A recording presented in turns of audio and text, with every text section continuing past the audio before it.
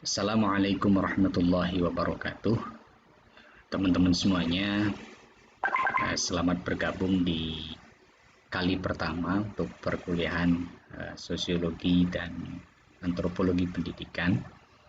Sebelum kita lebih jauh membahas tentang paradigma sosiologi, paradigma antropologi, dan fenomena pendidikan yang dikemas dalam perkuliahan kita pada semester kali ini, maka marilah kita bersama-sama mengawali perkuliahan kita dengan berdoa.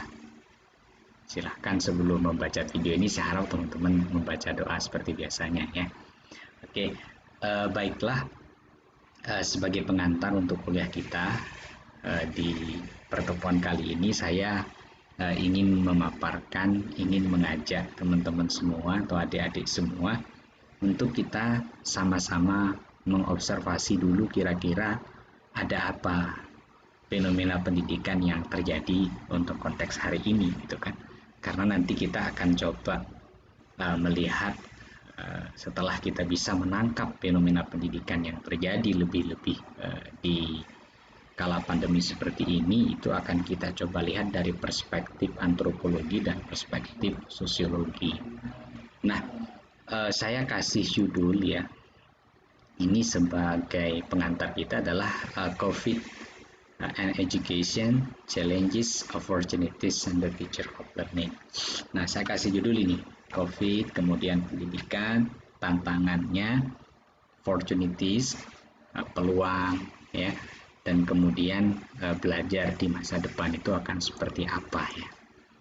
Nah, saya tertarik dengan kalam hikmahnya almarhum Mbah Mun. Dia mengatakan begini di sini kan. Ini mungkin juga apalagi lebih-lebih kalau kita kontekstualkan dengan fenomena hari ini ya. Jadi guru itu tidak usah punya niat bikin pintar orang. Nanti kamu hanya marah-marah saja ketika melihat muridmu tidak pintar, ya kan? Hilasnya jadi hilang. Yang penting niat menyampaikan ilmu dan mendidik yang baik. Masalah muridmu kelak jadi pintar atau tidak serahkan kepada Tuhan atau kepada Allah. Doakan saja terus menerus agar muridnya mendapat hidayah. Lebih-lebih dengan fenomena atau pergeseran yang terjadi di dalam dunia pendidikan untuk konteks hari ini ya, teman-teman semuanya atau adik-adik semuanya, sangat masuklah kata-kata ini kan, sangat masuk sekali kata-kata ini kalau kita renungkannya. Okay, let's begin. Education and disruptions of COVID-19. Nah, ini apa diambil dari ini ya, United Nations Policy Brief ya, bulan Agustus tahun 2020. Ada dua klausul yang bisa kita coba renungkan bersama ya. Di data itu mengatakan bahwasanya COVID-19 pandemic itu has created the largest disruption of education system in history. Jadi pandemi COVID-19 ini itu telah menciptakan disrupsi yang paling luas ya, yang paling besar disrupsi yang terjadi di sistem pendidikan kita sepanjang sejarah. Kenapa? Karena dampaknya itu ya, itu mengenai 1,6 billion pembelajar ya, yang tersebar atau yang berada di lebih dari 190 negara dan all continents ya, artinya semua di seluruh benua atau di seluruh bagian bumi ini. Nah, itu yang pertama. Makanya dikatakan sepanjang sejarah pandemi ya, COVID-19 ini memberikan efek yang sangat besar ya. Nah, ini kan kalau kita lihat fenomena pendidikan ini ya, maka ada sesuatu yang terjadi ya, lebih-lebih nanti kalau kita portrait semua ini dari perspektif sosiologi atau perspektif antropologis ya. Nah, klausul yang kedua atau ide yang kedua yang bisa kita capture dari ini ya, dari data ini, bahwasanya closures of school and other learning space have impacted 95% of the world's students. Nah, buka tutup ya, sistem buka tutup sekolah ya, kemudian juga space atau ruang-ruang belajar yang lain itu ternyata berimbas kepada 94% ya siswa yang ada di dunia ini, populasi siswa yang ada di dunia ini ya, bahkan sampai 99% itu ya, artinya mereka yang 94% terkena imbas daripada sistem buka tutup yang dilakukan oleh pemerintah itu 99% itu mahasiswa itu kalau berdasarkan surveinya United Nations Policy Brief itu berada di dalam low and lower middle income countries. Jadi berada di dalam low itu rendah lemah lah ya, pendapatan yang lemah, dan rendah ya middle income, pendapatan menengah negara. Jadi nggak terlalu besar. Jadi kalau kita lihat dalam perspektif ekonomi, jadi kemampuan daya beli mereka untuk perangkat-perangkat belajar yang bagus ya itu sangat minim. Nah, ini salah satu fenomena yang kita alami untuk konteks hari ini ya. Nah, kemudian the essential role of education system ya.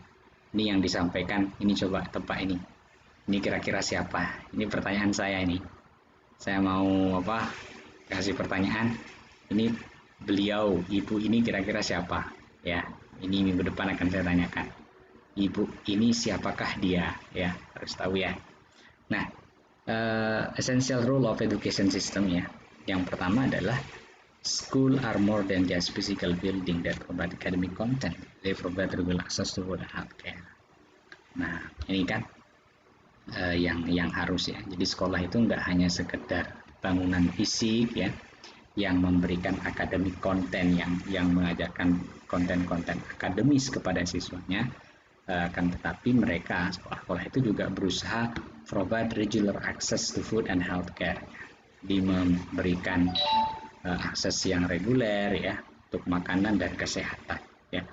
Nah kemudian pendidik ya, mereka do more than just stimulate minds ya. Mereka bekerja lebih ya, tidak hanya menstimulasi pemikiran siswanya atau mahasiswanya ya. Mereka juga berusaha untuk mempersembahkan critical social emotional support ya, dan keamanan ya, memastikan keamanan mereka berada di sekolah itu kan. Jadi artinya konteks hari ini ya, tidak hanya kemudian mereka belajar, tapi keamanan siswa di kelas di sekolah itu juga perlu. Kemudian ada community based organization.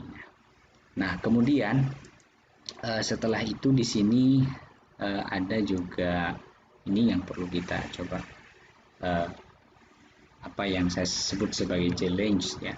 Challenge-nya ya, arti tantangan untuk pendidikan ya pasca COVID-19 ini ya, apalagi di Indonesia misalkan kita sampai 2 tahunan ya. Yang pertama beliau menyebutnya ibu tadi itu ya, learning loss ya. Learning loss itu gagal belajar.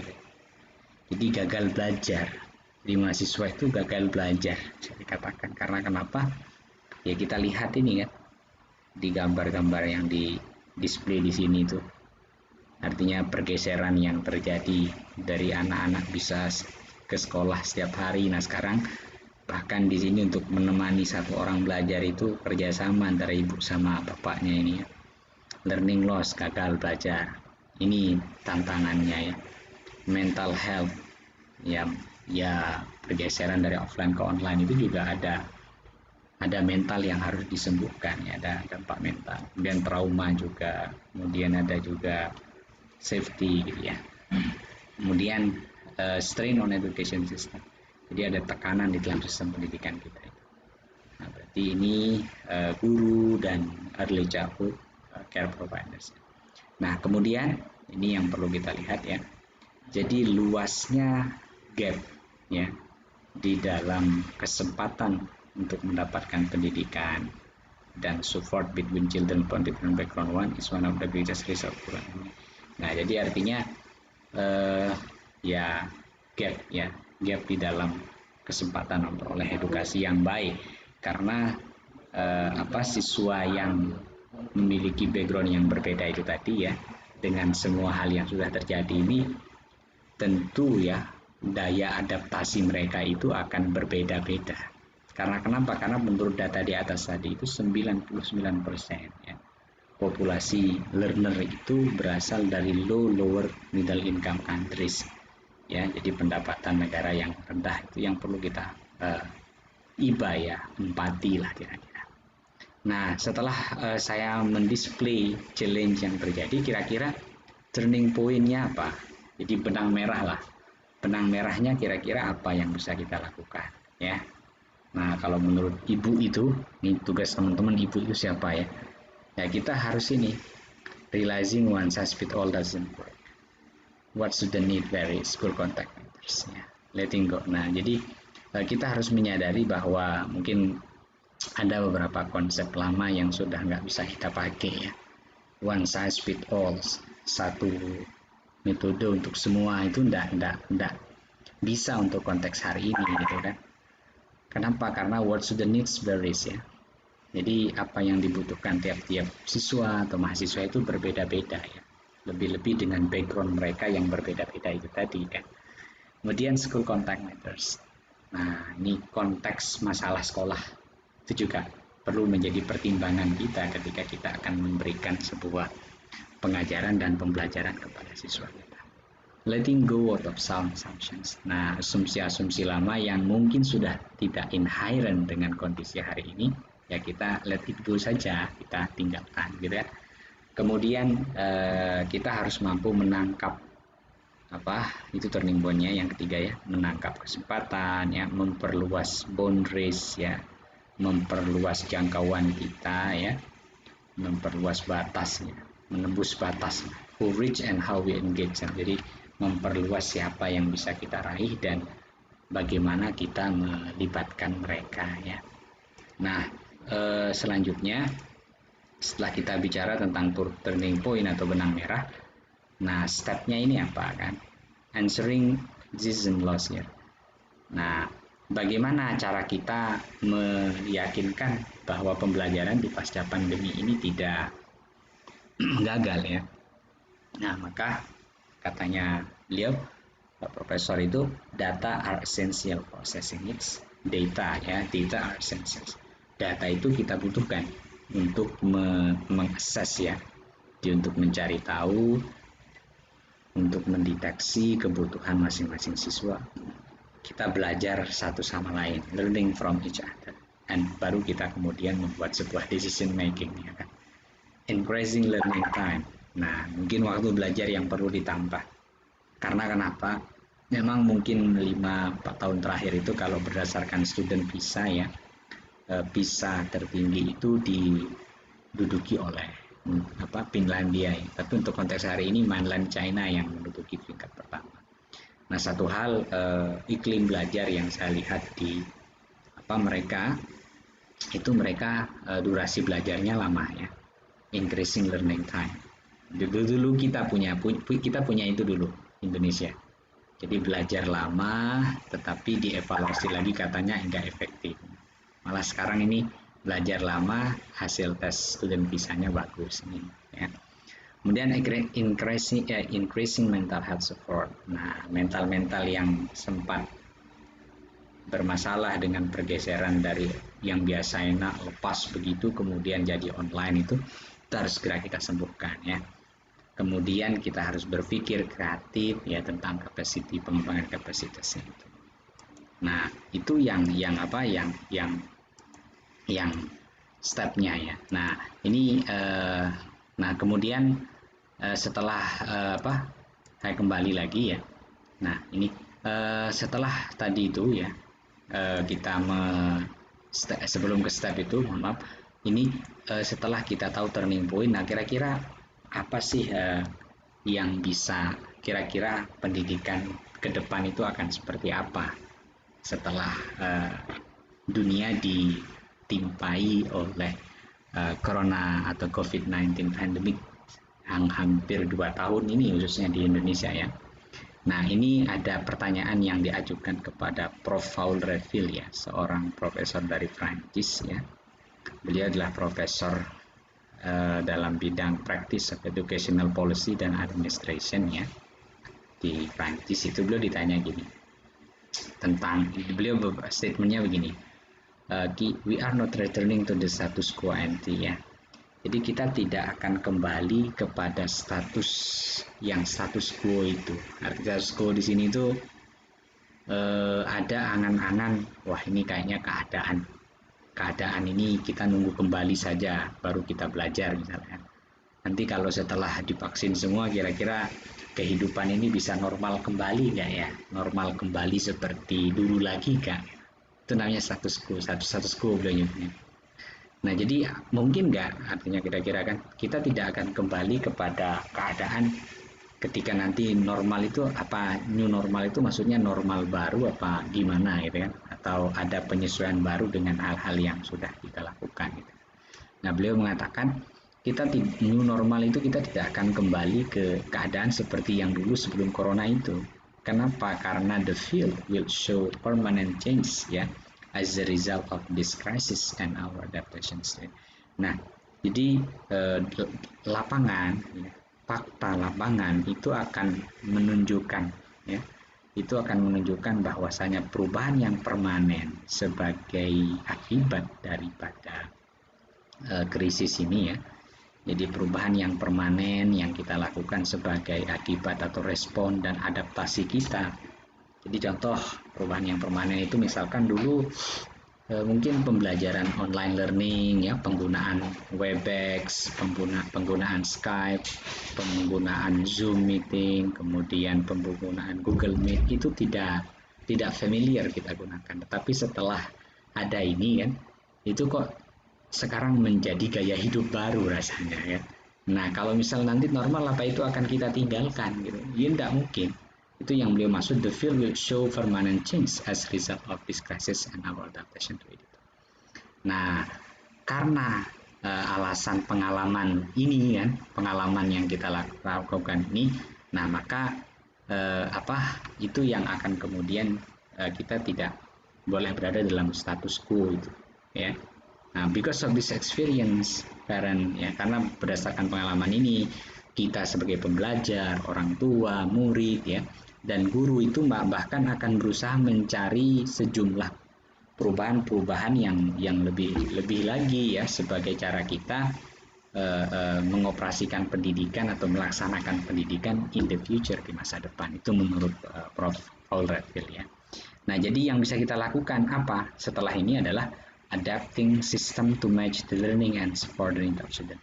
Maka kita harus mengadaptasi sistem ya yang sekarang bergeser setelah pandemi itu ya. Kemudian kita matchkan ya, kita cocokkan dengan learning and support need of student ya, dengan belajar dan mendukung kebutuhan siswa. Using technology, kemudian menggunakan teknologi dikombinasikan dengan human interactions. Di interaksi human ya, to support education, untuk mendukung pendidikan itu ya. Nah kemudian but will this change exacerbate gaps between student of different background? Tetapi akankah perubahan ini akan menciptakan gap yang berjarak antara siswa-siswa itu? Nah ini yang perlu dipertanyakan. Nah ini nanti bisa dijawab di sini sesuai dengan yang saya paparkan sebelum saya kembali tadi itu ya. Nah kemudian yang perlu dilakukan minggu depan akan kita diskusikan adik-adik semuanya adalah ini learning discussionnya. Jadi saya ada dua alamat YouTube yang nanti bisa dikepoin ya. Jangan dikepoin status WA temennya saja atau status Instagram temennya aja. Ini coba dikepoin ya. Nanti pertanyaan saya yang pertama adalah coba teman-teman berpikir, merenung ya, what happened in education nowadays? Ada apa nih dengan pendidikan kita hari ini, itu ada apa gitu kan.